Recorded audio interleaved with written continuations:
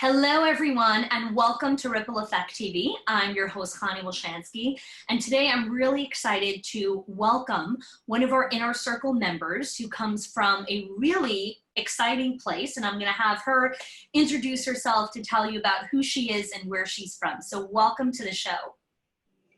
Hi everybody, I'm Bina from Malaysia. It's quite far away, it's the other part of the world. And actually I'm having two schools. What I'm doing right now is we are taking children from 18 months to 6 years old, and including daycare we are doing. So the operation time is from 7:30 to 6:30 p.m. So this is what I'm doing right now, and two schools currently running. Hi, I'm Connie Wilshansky, mama of four and creator of the School of Excellence system. And I'm on a mission to help early childhood leaders build and sustain schools of excellence. So if you want to create a collaborative culture, build efficient systems in your school, and design an environment that can grow your team, then you're in the right place. In the last 15 years that I've been working in the early childhood field, I've become deeply passionate of helping leaders with their mindset, their skills, the tools, and the strategies to build their schools. So each week, I'll share strategies, advice, coaching, and inspiring interviews. I know that you want to create a ripple effect in your school and your life. So let's do this together. Yeah. And how many teachers do you have right now, Bina? Okay, for the first school, our HQ, we do have about 11 of us. And in the branch, we have 7 of us. Yeah. And how many people do you have on your leadership team? In the leadership team, currently I'm leading for the HQ.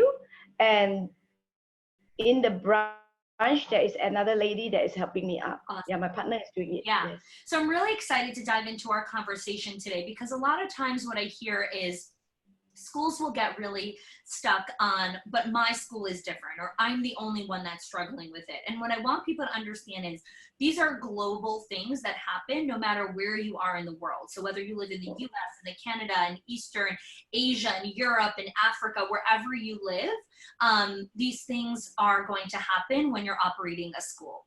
So Bina, tell us a little bit about one strategy or system that you've implemented in your school since joining our Directors Inner Circle. I think you joined in May of last year, if I'm correct? I think it's in August. August of 2019, yeah. Yeah, August 2019. Yeah. But honestly, before I joined this, I really struggled with a lot of operation issue, especially the staff problem, whereby disciplinary problems, the accountability. And to me, I think accountability is the most important thing that I got to solve at that moment. So I came across your site, and then I enrolled myself. And the first thing that I changed is I wanted to make it every department, they have the communications, and I would like to know, because I can't go into every department and get to know everything. So what I need to know, what I need is I need their feedback every day, and also I need every department are communicating in a proper way, so that there's more understanding in between or within the department or inter-department. So the first thing that I did was actually I light up all the meetings, be it for the monthly meeting, for the departmental meeting, and also we do have the whole school, the staff meeting. So these are 2 monthly meeting, and I do have another one is I did, and still running, is every month I will have one-to-one fireplace meeting with each of them. Yeah. This is what I think really through this one-to-one meeting, I get to know what is in their heart and what they really want to tell me for the past month, what they have been facing, be it with their family or with the most important thing I want to know is how they work together with how they feel when they work together with their colleague, any hiccups or anything to celebrate. Yeah, this is what, and I can truly see that they will open up themselves and share with me, and I appreciate that. Yeah. Mm. So it's really interesting what you're sharing here is how you've developed your meeting structures. And that's something that we really talk about in the inner circle. And what you're telling us is how you've really set up like your reoccurring meeting schedule, like the weekly meetings, the monthly meetings. What is the agenda? What do you talk about? What is the outcome goal? And I love that you've been committed to the one-on-ones, which we call the fireplace chats, in really creating that connection with the teachers. So I'd love to hear, how do you feel that the one-on-ones and staying consistent with it? Because people really have a hard time with staying consistent with it. What were some of the roadblocks that you came up with when you were trying to get into your rhythm and consistency in doing the one-on-ones? For me, I have already blocked out for the full term because one term is 3 months. So at the beginning of the term, our admin already helped me to line up all the meetings with each of them. Every month will get about 1 hour with me. So all the meeting has been blocked out, and then all the reminder has already sent to teachers, and the appointment has already been made. This is what I think I will block them earlier so that my times will be under control. Yes. Yeah. I love that. And that's part of like our time blocking strategy that we teach, all about understanding how to do activity management. And I love that you've stayed so committed to it, that you've pre-done the whole thing for a 3-month term, because you understand that life is going to happen and interruptions are going to happen. And unless it's blocked, it's not going to happen. That's the bottom line. It's not going to happen. Is there anything else specific that you've implemented, any strategy or system you've implemented that you've seen have a difference on your own confidence level and how you are leading differently your centers? To me, I would think that because when I know them deeper, then I can easily talk to them more confident. And because once a month talk to them, I think that it's not really enough. So I actually extended what the strategy that you told me, you told us what to do. I extended it a little bit. So for the huddle, the departmental huddle meeting for the end of the day, I extended it to each of them every evening before they leave school. They send me the EOD. The by EOD WhatsApp. is the end of day. So for those of you that are listening or watching, the EOD is something that we teach from the 90-day year framework, which is the end of day optimizer. So Bina, tell us how you're using that framework within the school. Yeah. So what I did is each of them individual will send me directly to my WhatsApp, and I will read through. So I will know what are the things that happen to them. Is there anything in the department that they don't really feel happy, or they can see any problems that are happening in the school that they need us to adjust for the second day, or any suggestions or anything that they think is not right, or any problem with the parents. So I think this is really good.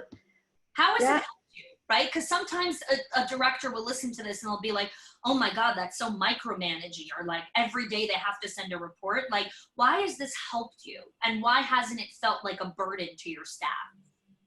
Okay, for them, before I start this project, I already brainwashed them one round. I would keep telling them, yeah, to me, this is not, I want to micromanage. I don't want you to write to me everything that you do from morning until evening. I don't want to do that. I want you to write to me is, what do you think that the right thing that you have done, that you can continue this practice? And what are the things that you think, like you suddenly, raise your temper because of you didn't take good care of yourself, you didn't eat well, you didn't drink well, didn't sleep well, and then you throw your temper to a child, then you felt bad. Then you, at least when you look back, then you reflect back. I want them to do is more on reflection. Yes. That's what I really want them to do. Yeah, I keep telling them, it's not that I want to micromanage. I want you to do reflection. I don't want you to keep the things until you don't know what is happening. And the second day, you can never improve. I want them to to see the progress every day, to go towards the school of excellence. That's what I have to keep repeating this phrase again and again and again. Oh, and you're going to have to forever, because we're human beings and we forget. But what I love what you're saying, and what I want to pull out one piece of what you just said is, when the teacher gets reflective and is like, oh, I didn't drink enough water today, or I didn't eat, and that's why I lost it at one of the children, or you know, maybe I was short with a child or curt with a teacher. Being reflective on that and understanding that, oh, that's why I did that. So tomorrow I can make a better choice. I can choose to drink more water so I'm not dehydrated and my brain is foggy. I love this so much, because too many times as school leaders, we're looking for this revolutionary, earth-shattering, you know, thing to fly from the sky, and now all my teachers are going to be amazing. And really, it's like, no, they just need to drink more water, and things will be better. Yeah, You know? exactly. And another thing that I would love to share is from the EOD that they write every day, and those that with discipline and do the reflection daily, you can see their performance actually improve. Yes. Yes. Those that don't do it and take it easily, and or just simply put it in the word, very simple thing, then to me, you can really see these people are not making any progress. Because they're not seeing where they're coming from. If you don't have reflection, you don't know what you're working on. You just continue regurgitating the same thing over and over again. And being a performer, a peak performer, and building a school of excellence, you're on a journey, and you've got to see where you're coming from in order to know where you're progressing. Exactly. So Yes.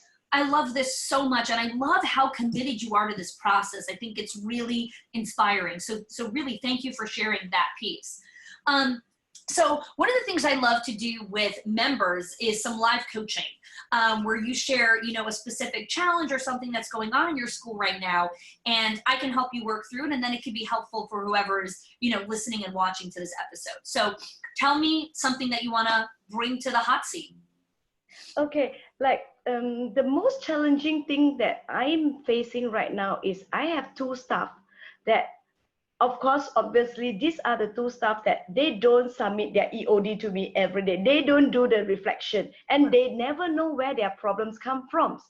So they always cannot meet the timeline that we have already agreed upon, even though we have already put down in our meeting schedule, the meeting agenda, that who is accountable to what, or who is holding this responsibility, that in the form that you have already given us, and I implemented it every meeting.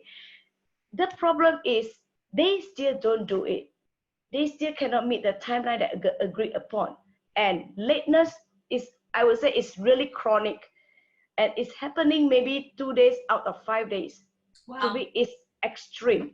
That is so extreme, yeah. So I've been telling them, you know, sit down with them, talking to them, you know, but yet I can't see the changes in them.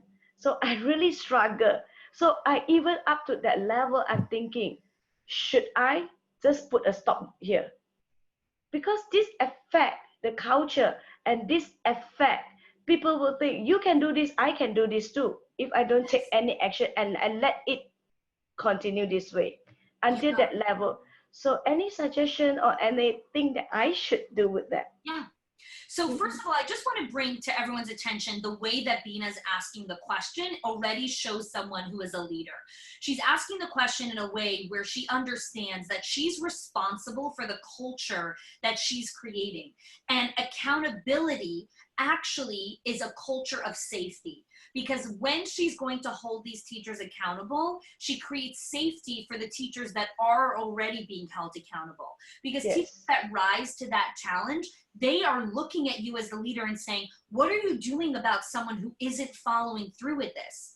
Are we going to continue to be safe here with the environment that you've set, or are you going to continue to tolerate this? That's the first thing that I love about your question. The second thing I love about your question is the way that you ended it is you said, what are suggestions that I can do to change the situation? You didn't ask me, how can we get this teacher to change? Because you're not in control of the teacher. You're only in control of yourself. So I want to unpack that question, because the way that we ask the question determines the solution and the answer that we're going to get. So when we have someone that is consistently not performing and not showing up in the way that we need them to, we always want to look first is, have we given them the training and a framework to operate in better? So that is my first question to you is, when you've had these conversations with them about, you know, submitting the report or whatever it is, what how have they responded to that? Actually, I called them for one-to-one meeting, and I sat down with them and I told them, look, this is something that you can do it. It's not that you cannot do it. It's how you choose your attitude towards your work. To me, this is the thing that is under your control. I can only tell you what to do, but it's under you. And you have already told me this is not the first meeting with you. And I have already told you that you affecting others. And Things how we they cannot respond? do. Yes, we can't run it. And you are affecting the whole school. And I cannot tolerate this further if you cannot change. So to me, I have been keeping it, giving them chance, sitting down with them, keep talking to them, Yeah. because I feel that they are very good teachers. Honestly, these two are very good teachers to the kids, and kids love them. But they are not good staff in Yeah. terms of, Yeah. it affects So, everything that we have of already course. implemented and we wanted the result to be. Yeah. So, So here's what I would but yet, say. Yeah. So after we've had these conversations, this is when we want to be more point blank, where we say to the teacher, on a scale of 1 to 10, how committed are you to joining me on this journey towards upholding to these standards at the end of the day, whatever it is.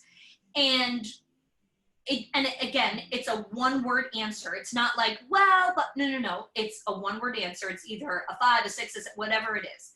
And if it's not a 10, right, if they respond with an 8, a 9, a 7, or whatever it is, then the question is, well, what would make it a 10? What do you need to do to bring it to a 10? Because in our culture that we've worked really hard to create, we need teachers to be at a commitment level of a 10 to the service and the journey that we're all going on. So I'm okay with you not being on a 10 right now, but I need to know that your commitment is a 10 to the process, which means you're ready to be held accountable to this. So that's what I would ask them in the follow-up. And then I would say, and I'm going to put you now on a 5-day challenge, which means if you tell me that you're on a commitment level of a 10 and you're ready for this journey, great. Here's how we're going to test the pattern. For the next 5 days, I want you to consistently submit your end of day optimizer without any reminders. And if at the end of the week we come and every day you've submitted your end of day optimizer, that's gonna let you know and me know that your commitment is at a 10. So it's not just about telling yourself, oh, these teachers are, no. They need to tell themselves, I'm at a 10, I'm ready. all right. How does that feel for you? Yeah. Good. And the good part is you get to follow up with me after and let me know how it goes. So I'm excited to hear about that. So let's move on over here before we close. Is for you as a leader, why are you more excited and joyful to come to work now every day since you've implemented some of these structural systems in your school? To me, it's because I used to be, when I reached school, I will be in the operation team. I will consider myself in the operation team. So it's really struggling because if I stand at the door, there will be never ending that I got to face the parents from the first minute until the last minute of my day. Sure. Not only on this, I got 1,001 things to settle. Yet, so at least now, early in the morning, I will walk into my office and I will get myself at least half an hour to 45 minutes me time. I love it. Yeah. But I'm still working towards to have the closed door time. That is what I'm working towards. I'm not there yet, but okay. I'm working towards that. Yeah. Yes. I love that. And I love that you allow yourself permission to take 30 minutes for yourself or even 45 before the day starts. And again, like, this isn't a race, it's a journey. And so you're taking the time for here, we'll get some time for closed door. Like, this is a journey. We're all running our own race. We're all running our own journey. And as long as we're making consistent progress, we're good. We're Yes. good. We're enjoying the process. Bina, this has been like amazing talking to you, and I wish I could talk to you forever. But before we close, tell us, what is your ripple effect challenge to all of the listeners today? What do you want to challenge them with? What I want to challenge to me is, I think we should challenge all of us to have me time and closed door time. I think this is very important for us as a leader, because it can be really, really draining for us, and we need that. I think every day, 1 hour is good enough for us during the working time. I love Yeah. that. Bina, thank you so much for joining us. It was so great Thank you, connecting. Annie. Yes. Awesome. And wishing you all the best. Thank you. Bye. If you like this video, make sure to subscribe using the bell so that you get notifications when we release videos twice a week.